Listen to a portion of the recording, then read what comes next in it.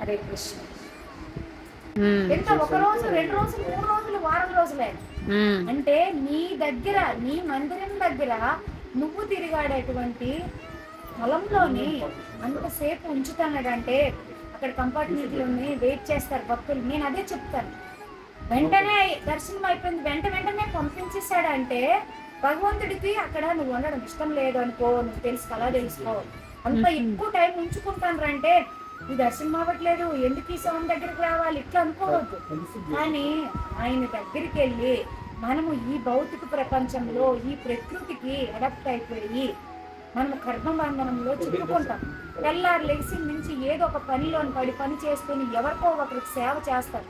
అలాంటిది భగవంతుడి దగ్గరికి వెళ్ళినప్పుడు ఏ పని గుర్తురాదు, మన ఇంటిలో వాళ్ళు గుర్తురారు, మన బంధువులు గుర్తురారు, కానీ భగవంతుడు మాత్రమే గుర్తొస్తారు.